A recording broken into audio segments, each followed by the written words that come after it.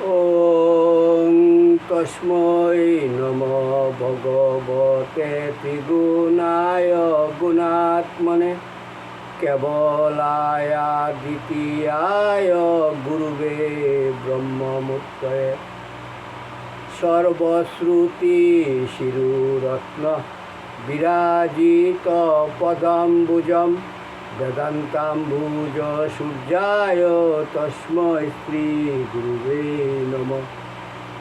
মুকং করোতি বাচালং পঙ্গুং লঙ্ঘয়তে গিরিম যৎকৃপাতমং বন্দে পরমানন্দ মাধবম। জয় গুরু, জয় গুরু, জয় গুরু।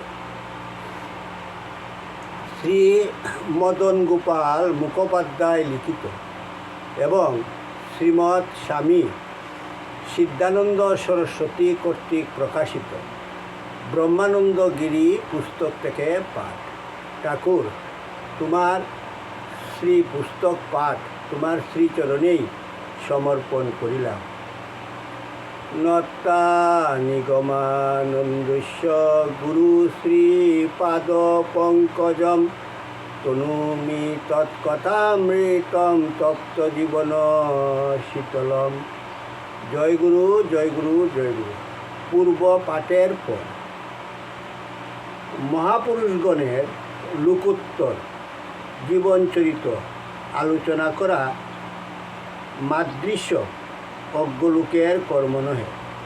তথাপি কি জানি কাহার প্রেরণায় এই অসাধ্য সাধনে যত্নবান হইলাম, তাহা নিজেই বুঝিতে পারি নাই, অন্যকে কি করিয়া বুঝাইব। এই কাহিনী মদীয় গুরুদেব শ্রীমৎ স্বামী নিগমানন্দ সরস্বতীদেব নিজ মুখে প্রকাশ করিয়াছিলেন। ক্রমে জানিতে পারি তিনি আরও দুই এক স্থানে অন্তরঙ্গ শিষ্য ভক্তগণের নিকট এই কাহিনী ব্যক্ত করিয়াছিলেন। বিভিন্ন স্থানে বিভিন্ন শিষ্য গোষ্ঠীর নিকটে কথিত এই কাহিনী শ্রবণ করিয়া এ সম্বন্ধে একটি প্রবন্ধ লিখিতে মনে বাসনা হয়। স্বর্গীয় গুরু ভ্রাতা হেমচন্দ্র ঘোষ মহাশয় অনুগ্রহ করিয়া আমাকে যথেষ্ট সাহায্য করেন। লিখিতে আরম্ভ করিয়া কখনো কখনো পারস্পর্য রক্ষা করিতে না পারিয়া হতাশ হইয়া পড়ি। এই সময়ে অহেতুকী কৃপাসিন্ধু মদীয় পরমাদ্য গুরুদেব কিছু কিছু অতীন্দ্রিয় সাহায্য দ্বারা আমাকে উৎসাহিত করেন। তাহার কৃপায় ইহা সম্পূর্ণতা প্রাপ্ত হয়। জগজ্জননীর ভবিষ্যৎবাণী কিভাবে সফল হইয়াছে, সাধক ব্রহ্মানন্দ পরবর্তী জন্মে কোথায় কিভাবে জড়বৎ জীবনে ১২ বৎসর অতিবাহিত করিলেন, মাইবা কিভাবে তাহাকে দেহমুক্ত করিয়া দিয়াছিলেন, তৎপরবর্তী জীবনে তিনি বাংলাদেশের কোথায় কিভাবে জন্মগ্রহণ করিয়াছিলেন, কোন কোন ভাগ্যবান তাহার আশ্রয় গ্রহণ করিয়া ধন্য হইয়াছিলেন, তাহা আমাদের আলোচ্য বিষয় নহে। মাদৃশ্য ভক্তিহীন ও ভজনহীন লোকের পক্ষে তাহা অনুমান করাও অসম্ভব ব্যাপার। আরও কথা, মহাপুরুষগণ স্বেচ্ছায় ধরা না দিলে সাধারণ জীবের সাধ্য নাই যে তাহাদিগকে চিনিতে পারে। তবে আমরা এইমাত্র জানিতে পারিয়াছি যে বাংলা, বিহার, আসাম ও উড়িষ্যার ধর্মগুরু,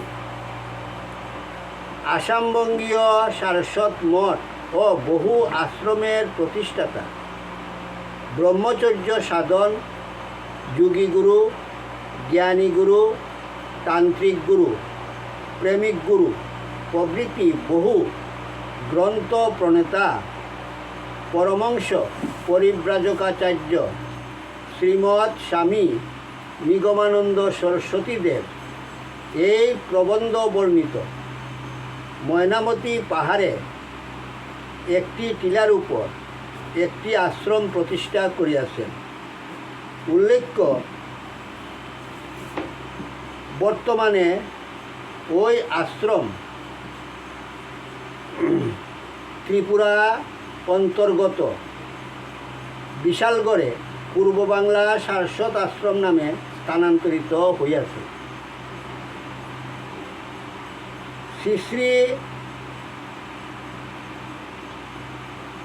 ঠাকুর নিগমানন্দ সরস্বতী মহারাজই যে গত পূর্বজন্মে ব্রহ্মানন্দ গিরি ছিলেন, উহা এক্ষণে আর্যদর্পণ পত্রিকায় প্রকাশ করা হইয়াছে। ভূমিকায় ইহার কথা বলা হইয়াছে। দেশ বিভাগের পর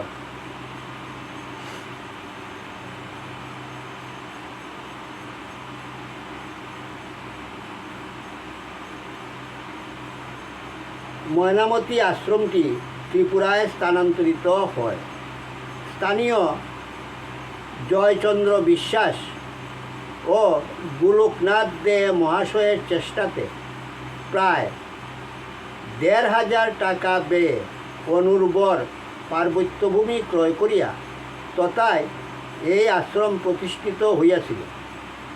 বাংলা, আসাম, উড়িষ্যা তথা ভারতের অন্যান্য প্রদেশে এই মহাত্মার প্রায় অযুত শিষ্যভক্ত বর্তমান আছেন।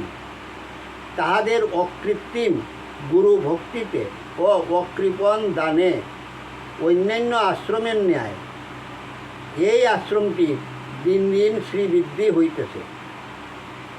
তবে কি এই মহাত্মার সহিত প্রবন্ধ বর্ণিত সাধকের কোনো জন্মান্তরীণ সম্বন্ধ আছে?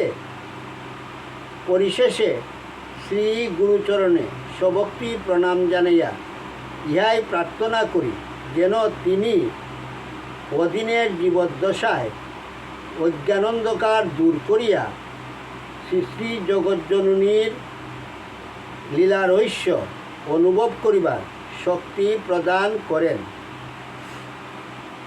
পরিশেষে কেদার রায় স্বীয় গুরু ব্রহ্মানন্দ গিরির জন্মভিটা বাগাটি বা বাঘহাটিতে যে কালীমূর্তি প্রতিষ্ঠা করেন, উহা সাধারণত ডাকাতে কালী নামে প্রসিদ্ধ। একথা পূর্বেই বলা হয়েছে। কেদার রায় ওই বিগ্রহের সেবার জন্য তাহার বিজিত বিস্তীর্ণ জমিদারি মধ্যে যথেষ্ট জমিজমা ওই বিগ্রহের সেবক পুরোহিতকে দান করেন। বর্তমান ত্রিবেণী হইতে বলাগড় পর্যন্ত সমস্ত অংশ ইহার অন্তর্গত ছিল। ঢাকাস্থ নিজের রাজধানী শ্রীপুরের নাম অনুসারে বলাগড়ের নিকটে শ্রীপুর গ্রাম পত্তন করেন ও সেখানে আঞ্চলিক সদর দপ্তর স্থাপন করেন। কেদার রায় নিযুক্ত পুরোহিতের দৈত্র বংশাবলী আজও বর্তমান আছে। উক্ত পুরোহিতের কোনো পুত্র সন্তান ছিল না, মাত্র 2টি কন্যা ছিল। কন্যা 2টির বিবাহ দিয়া তিনি জামাতা দ্বয়কে বাঘহাটিতেই বসবাস করিয়াছিলেন। তাহার প্রথম জামাতা গুড়াচাঁদ, তৎপুত্র পীতাম্বর, তৎপুত্র মাধব, তৎপুত্র সত্যশরণ, তৎপুত্র শ্রীযুক্ত সুধাংশুশেখর মুখোপাধ্যায় বর্তমানে নৈয়াটির নিকটে কাঁঠালপাড়ায় বাড়ি করিয়া বসবাস করিতেছেন। 8 বৎসর বয়সে ইহার পিতৃবিয়োগ হইলে ইহার বিধবা মাতা বালক পুত্রসহ কাঁঠালপাড়ায় নিজ ভ্রাতা সচ্চিদানন্দ চট্টোপাধ্যায়ের গৃহে আশ্রয় লন। কালক্রমে বাগাটি গ্রাম বিরল বসতি ও জঙ্গলাকীর্ণ হইলে সুধাংশুবাবুর মাতুল বাগাটির সমস্ত সম্পত্তি বিক্রয় করিয়া দেন। সুধাংশুবাবুর মাতা গত বৎসর 12 বয়সে দেহত্যাগ করিয়াছেন। আমরা তাহার নিকট হইতে উক্ত বিবরণ সংগ্রহ করিয়াছি। সুধাংশুবাবু ডাক বিভাগে কাজ করিতেন। কিছুদিন পূর্বে অবসর গ্রহণ করিয়াছেন। কেদার রায় নিযুক্ত পুরোহিতদের অপর দৌহিত্র বংশের পঞ্চম পুরুষ শিবচন্দ্র বন্দ্যোপাধ্যায়, শ্রী প্রবোধচন্দ্র বন্দ্যোপাধ্যায় ও শ্রী সত্যচরণ বন্দ্যোপাধ্যায়, ইহাদের পৈতৃক ভদ্রাসন অদ্যাপি বাগাটিতে জীর্ণ অবস্থায় বর্তমান আছে। শিববাবুর কন্যার সহিত দেশনেতা প্রসিদ্ধ শ্যামাপ্রসাদ মুখোপাধ্যায়ের পুত্রের বিবাহ হইয়াছে। বলা বাহুল্য, শ্যামাপ্রসাদের পিতা স্যার আশুতোষ মুখোপাধ্যায় মহাশয়ের পৈতৃক নিবাস এই শ্রীপুর বলাগড়েই ছিল। উক্ত শিববাবু